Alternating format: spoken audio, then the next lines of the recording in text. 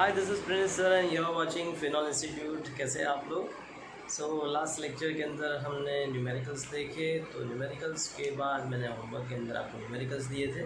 Formula bank 2 के numericals के answer आप लोग देख लें।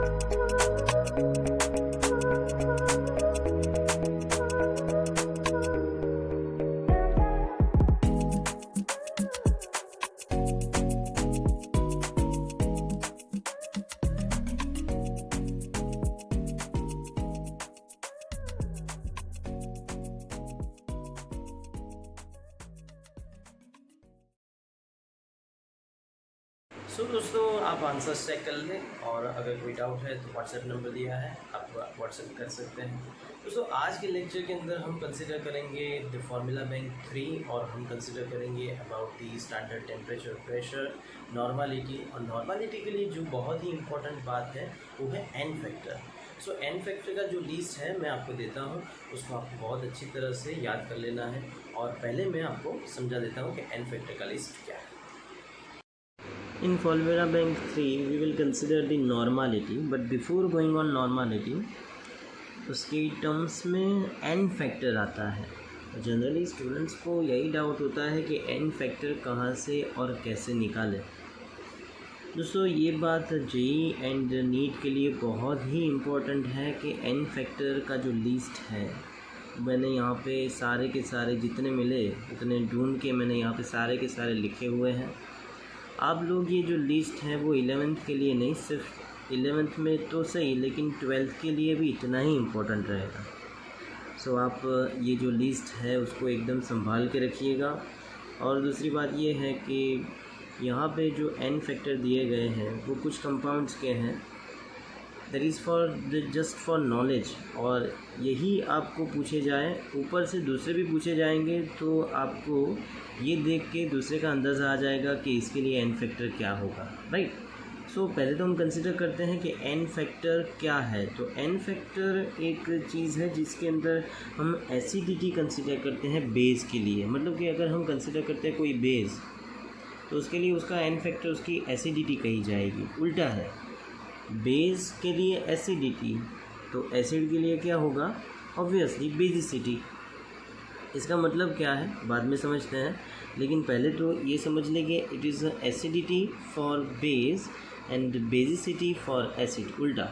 ओके, एंड अगर कोई एक रेडॉक्स कंसिडर कर रहे हैं, this is new word for you, redox already आप लोग सीख के ही आए होंगे, लेकिन अगर आपको पता नहीं है तो मैं आपको बता दूं कि जिसके अंदर ऑक्सीडेशन एंड रिडक्शन दोनों साथ में हो रहा है, ऐसे रिएक्शंस को हम कहते हैं रेडॉक्स रिएक्शन। उसके लिए हम कंसिडर करते हैं इलेक्ट्रॉन्स का चेंज।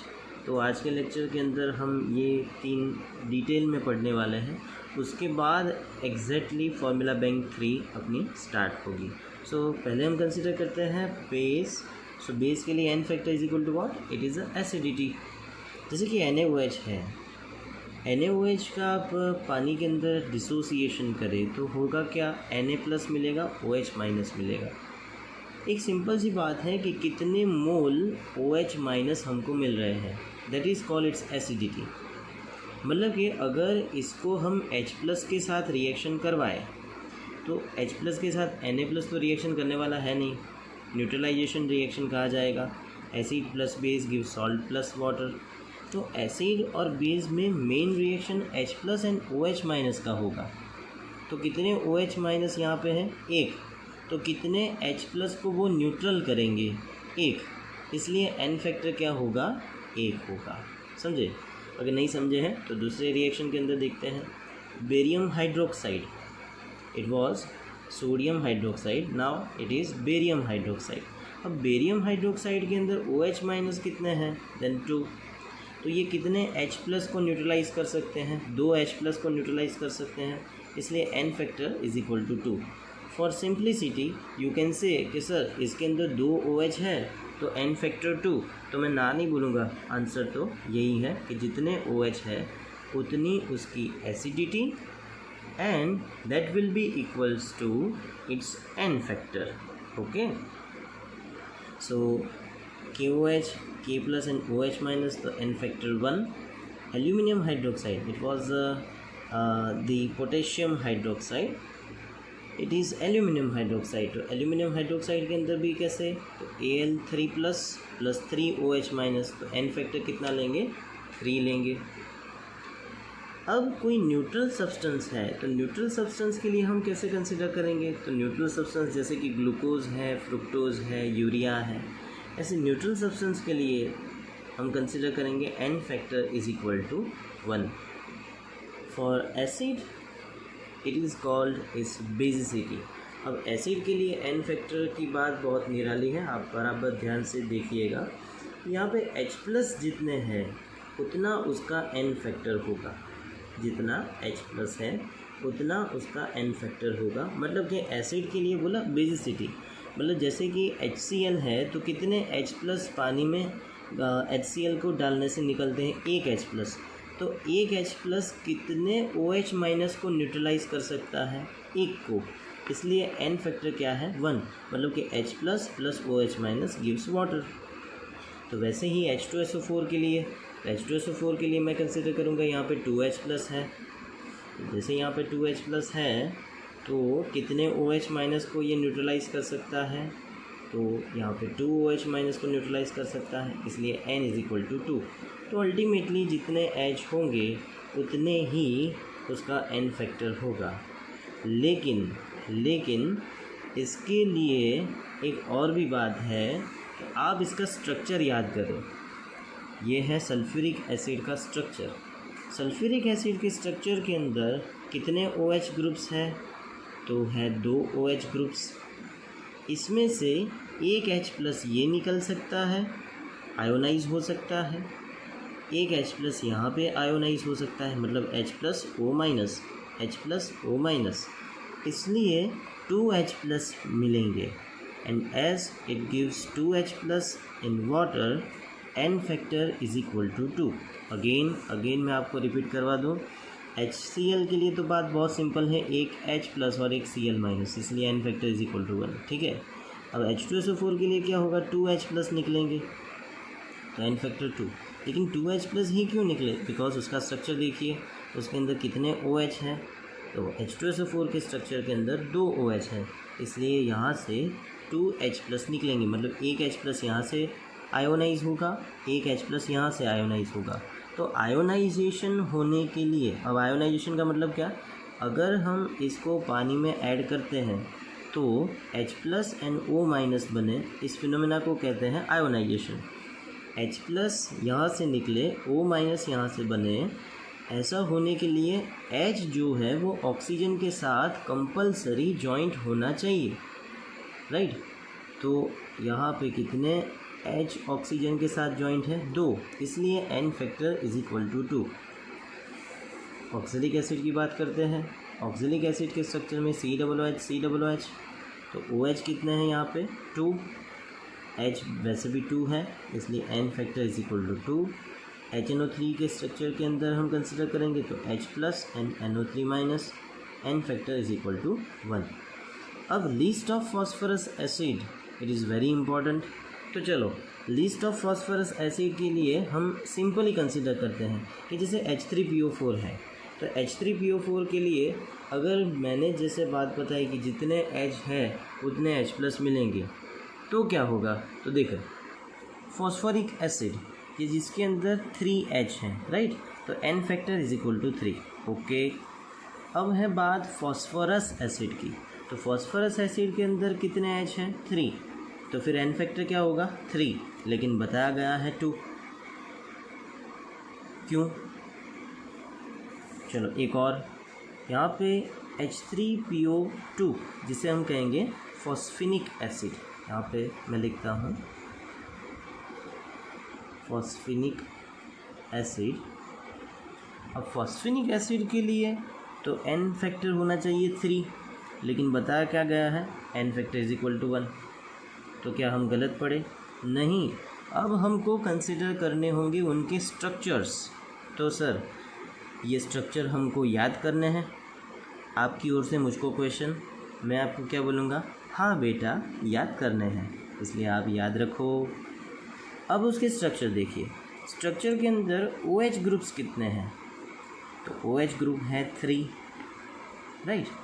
कितने H ऑक्सीजन के साथ जुड़े हैं, 1, 2 और 3, इसलिए ये तीनों की तीनों H आयोनाइजेशन कर सकते हैं। इस फिनोमेना को कहते हैं ionization. 3H plus plus PO4 3 minus, phosphate ion and hydrogen plus, मतलब कि यहाँ से प्रोटॉन निकले। तो N फैक्टर हमने कहा 3। अब ऐसे केस के अंदर क्या हुआ, तो ऐसे केस के अंदर अब इसका स्ट्रक्चर देखिए, अब इसके स्ट्रक्चर के अंदर कितने OH ग्रुप्स हैं, ओनली 2। ये H काउंट नहीं होगा बिकॉज़ ये आयोनाइज नहीं हो सकता। रीज़न क्या है, रीज़न सिर्फ इतना है कि ये H ऑक्सीजन के साथ जॉइंट नहीं है, ये तो फॉस्फोरस के साथ जॉइंट है, राइट। तो कितने OH ग्रुप्स हैं, यहाँ पे 2, इसलिए ये H प्लस बनेगा, ये H प्लस बनेगा, तो टोटल मिला के कितने H प्लस मिलेंगे, 2। That is why N factor कितना बोला हमने, 2। वैसे ही H3PO2 फॉस्फेनिक एसिड के अंदर H plus and H2PO2 minus, क्यों एक ही H प्लस निकला, बिकॉज ओनली 1 OH ग्रुप, एक OH ग्रुप है तो एक H ऑक्सीजन के साथ जॉइंट है। अगर एक H ऑक्सीजन के साथ जॉइंट है तो सिर्फ यही आयोनाइजेशन में पार्टिसिपेट करेगा, राइट, ये दो नहीं करेंगे, इसलिए N फैक्टर क्या बनेगा, 1। तो ऐसा कुछ है कि जिसके लिए अगर हम देख के ही पता लगा सके तो है यहाँ पे ये बात आप देखें, it is called prinesters shortcut. Prinesters shortcut आप हमेशा याद रखें।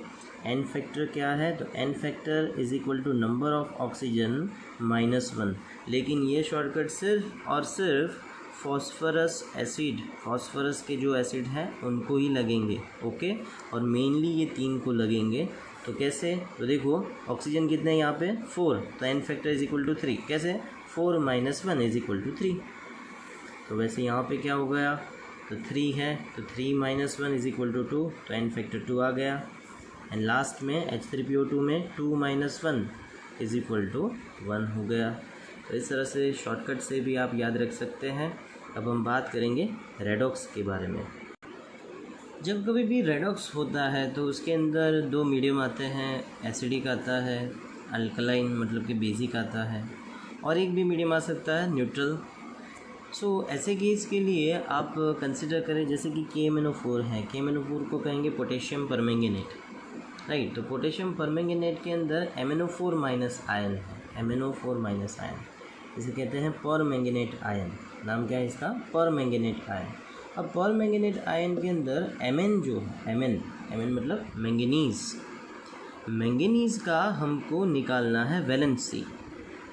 अब कंपाउंड के अंदर वैलेंसी कैसे निकालें? तो कंपाउंड के अंदर जो वैलेंसी निकालते हैं उसको हम कहते हैं ऑक्सीडेशन नंबर। एक ही चीज़ होती है, वैलेंसी, ऑक्सीडेशन नंबर, लेकिन रिडक्शन नंबर जैसा कुछ नहीं होता। ओके, हम लिखेंगे क्या? Oxidation number. और निकालेंगे कैसे? तो देखिए MnO4 माइनस है तो साइड में यहाँ पे लिखा हुआ है Mn। ऑक्सीजन कितने हैं भाई? 4, तो 4 ऑक्सीजन। O नहीं लिखता मैं बिकॉज ज़ीरो मान लेते हैं स्टूडेंट्स, इसलिए OXY का मतलब क्या समझना है? ऑक्सीजन समझना है। और ऊपर चार्ज कितना है? इसको कहते हैं चार्ज है -1, तो यू कैन से यहाँ पे -1 रखा हमने। चलो, अब ऑक्सीजन का वैलेंसी कितना होता है? तो ऑक्सीजन का वैलेंसी जब वो मेटल के साथ जुड़े होते हैं तो है -2, तो Mn+4 × -2 = -1, तो Mn का ऑक्सीडेशन नंबर आया +7। It is called oxidation number. Oxidation number is +7 in the compound of MnO4-। Okay, Mn2+ का कितना? तो कितना चार्ज है? तो charge is equal to oxidation number. तो आप कहेंगे सर यहाँ पे तो -1 नहीं होना चाहिए, लेकिन नहीं, ये कंपाउंड है, यू कैन सी ये कंपाउंड है। और यहाँ पे देखें तो Mn2+ it is a element. तो एलिमेंट अगर उसके ऊपर कोई चार्ज है तो उसका ऑक्सीडेशन नंबर चार्ज हो जाएगा। ये सारे जो रूल्स हैं वो आपको रेडॉक्स चैप्टर के अंदर डिटेल में समझाऊंगा। एक चैप्टर है अपना रेडॉक्स रिएक्शंस, उसके अंदर ये सारी बातें आती हैं। लेकिन अभी मैं क्यों समझा रहा हूँ? बिकॉज यहाँ पे n फैक्टर की बात चल रही है और हमने आगे भी देखा कि n फैक्टर रेडॉक्स के लिए क्या होंगे। रेडॉक्स के लिए n फैक्टर मतलब कि ऑक्सीडेशन नंबर में चेंज, मतलब ट्रांसफ़र ऑफ इलेक्ट्रॉन। तो आप देख सकते हैं यहाँ पे हमने +7 निकाला, यहाँ पे +2 निकाला। चलो बड़े में से छोटे को माइनस करो, आंसर क्या आएगा? 7 - 2 = 5। तो हम यहाँ पे लिखेंगे 5 इलेक्ट्रॉन्स का चेंज, एंड 5 इलेक्ट्रॉन्स का चेंज यहाँ पे लिखेंगे दोनों साइड चेंज होगी। ओके, दोनों साइड मतलब कि इक्वल करने के लिए यहाँ पे 5 इलेक्ट्रॉन्स डालें तो +2 जितना हो जाएगा।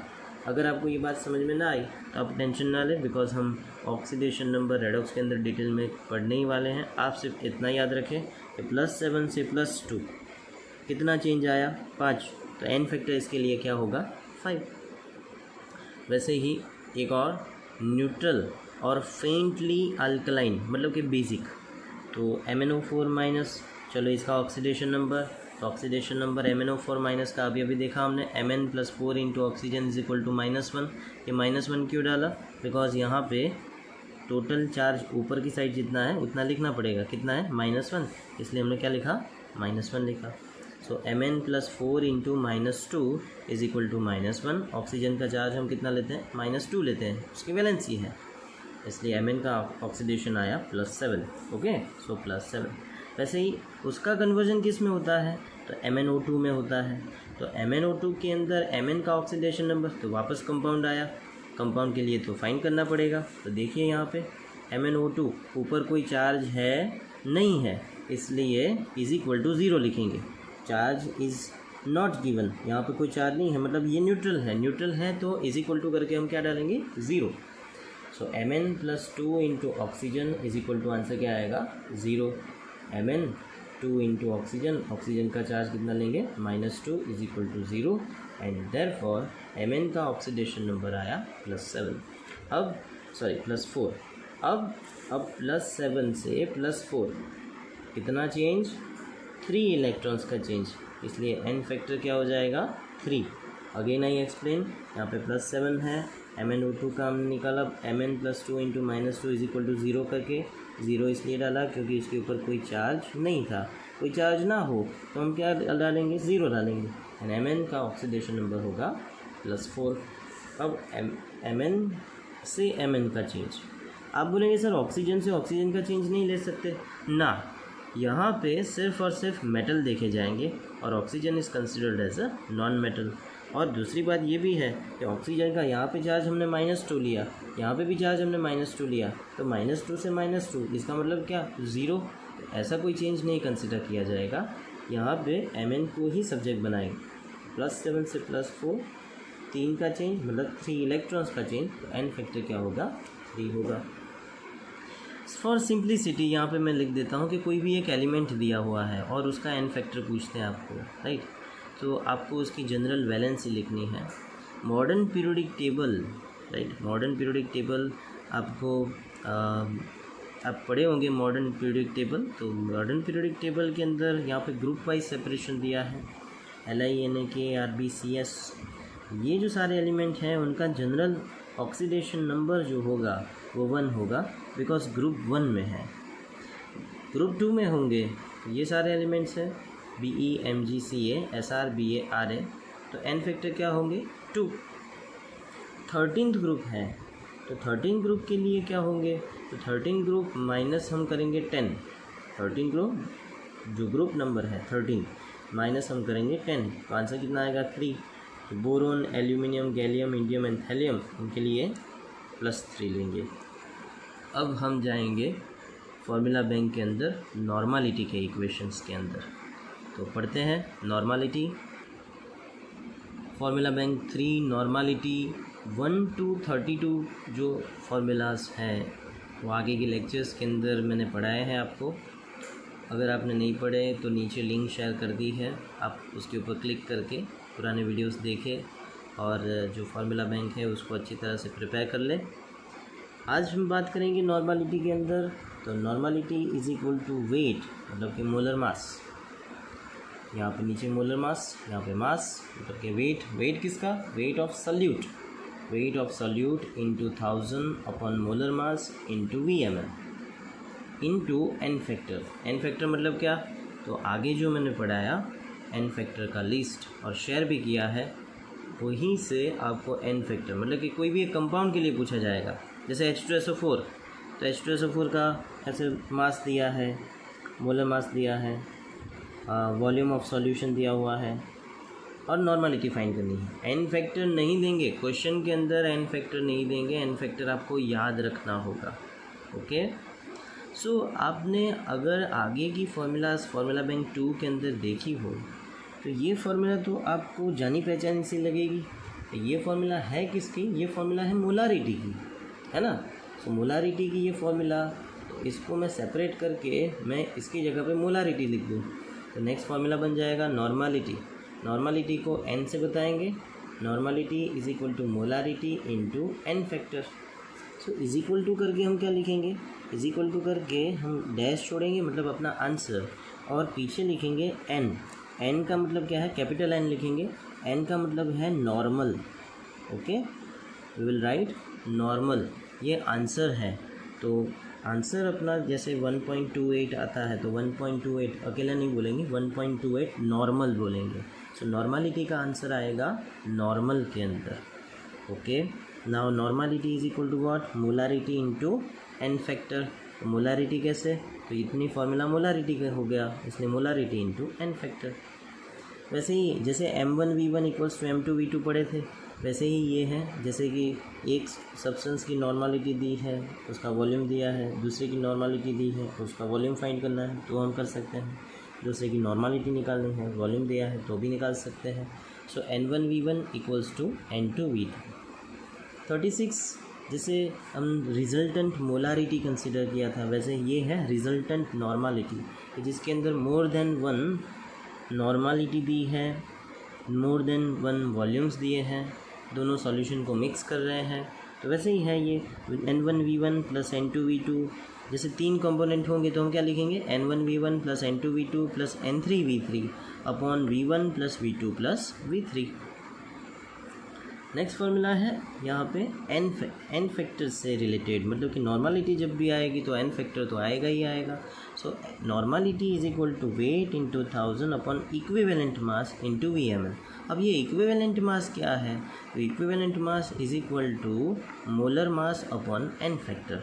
ओके, नेक्स्ट फॉर्मूला यही बनी, molar mass upon N factor. तो आगे हम देखें तो भी यही हो गया ना, एन फैक्टर को दोनों साइड से डिवाइड कर दो तो नीचे आ जाएंगे, डिवाइड बाय एन फैक्टर, तो N factor molar mass upon N factor is equal to equivalent मास।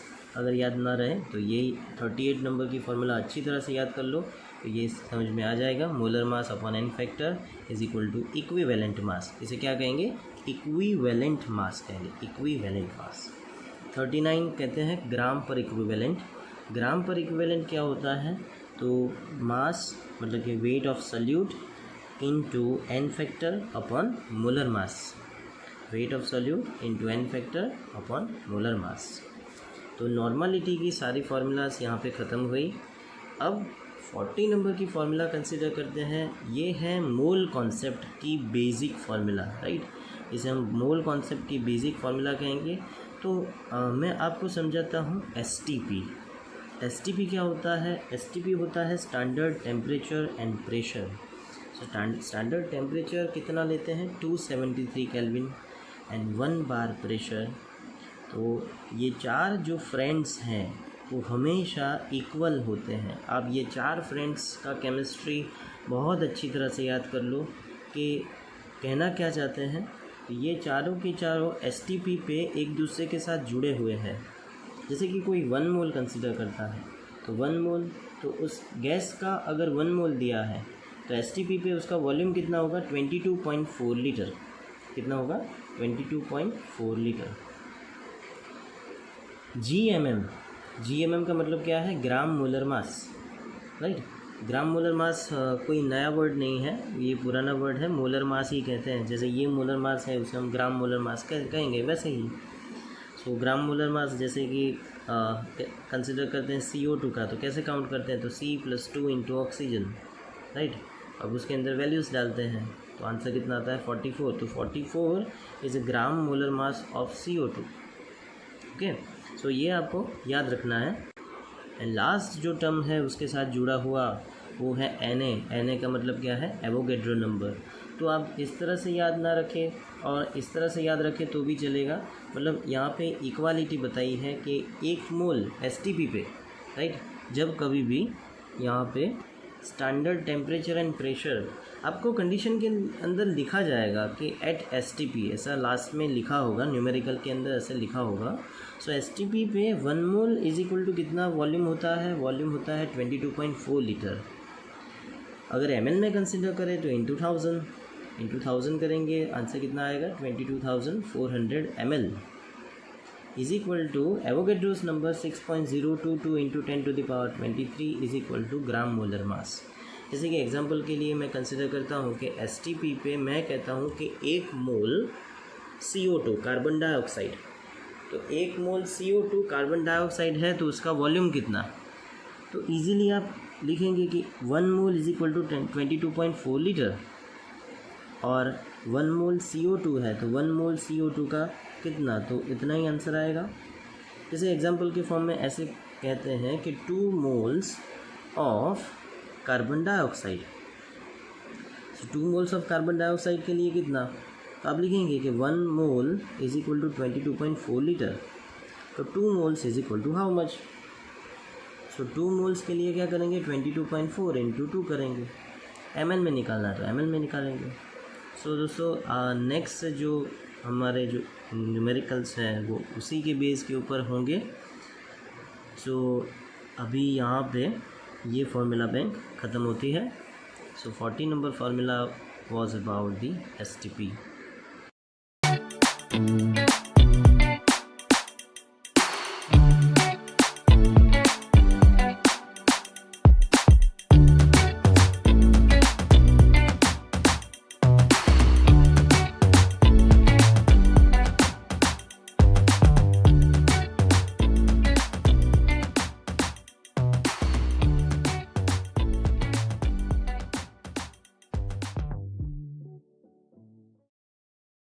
तो this was the formula bank number 3। आप लोग बहुत अच्छी तरह से इस फार्मूला बैंक को याद कर लो, 2 टाइम्स लिख लो, 3 टाइम्स लिख लो, जब तक याद ना रहे तब तक ये फार्मूलाज तो आपको लर्न करने ही होंगे। और उसके बाद हम नेक्स्ट लेक्चर के अंदर कंसिडर करेंगे न्यूमेरिकल्स। तो तब तक के लिए बाय।